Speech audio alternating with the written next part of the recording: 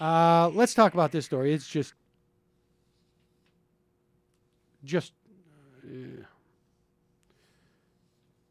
really tragic. So Daniel Denver, and we may have him on, like I say, about the Philadelphia schools, but he's been doing a lot of reporting on this, on the schools in general. Apparently, there was a Philadelphia student, Laporshia Massey, and she had asthma.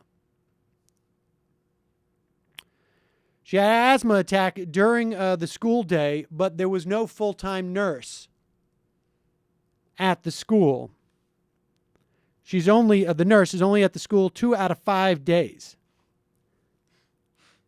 She was having troubles throughout the entire day. By the end of the school day, she got a ride home from a school official. When she got home, her father drove her to the hospital, but while driving to the hospital, she collapsed in the car, then was shuttled to Children's Hospital of Philadelphia by ambulance. According to Denver, school officials told her that school was almost out and she'd get out of school and go straight home. This is one district source who requested anonymity because she's not authorized to speak to the press. She went to the teacher who told her, "There's no nurse, you just got to be calm." The district source believes that Laportia's life could have been saved if the school had responded appropriately to her illness. If they had called rescue, she would still be here today, says the source.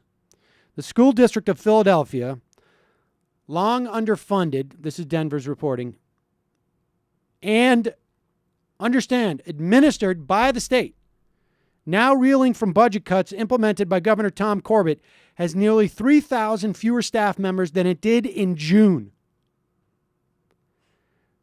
Today, there are 179 working nurses in the public, private, and parochial schools, down from 289 in 2011.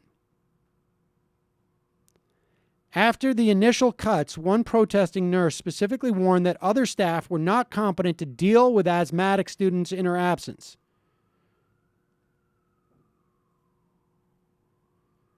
And this girl died.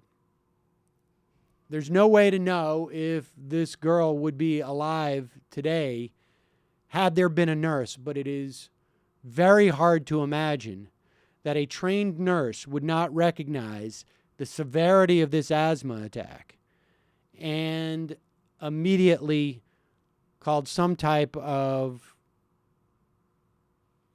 rescue or emergency services, or been able to provide her something to get her tied over until she was able to be treated for her attack.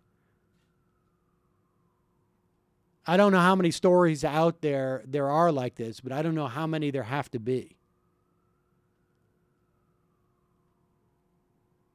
It's incredibly sad to lose your child in that manner, in a way that you must know as a parent could have been prevented. Really just horrible.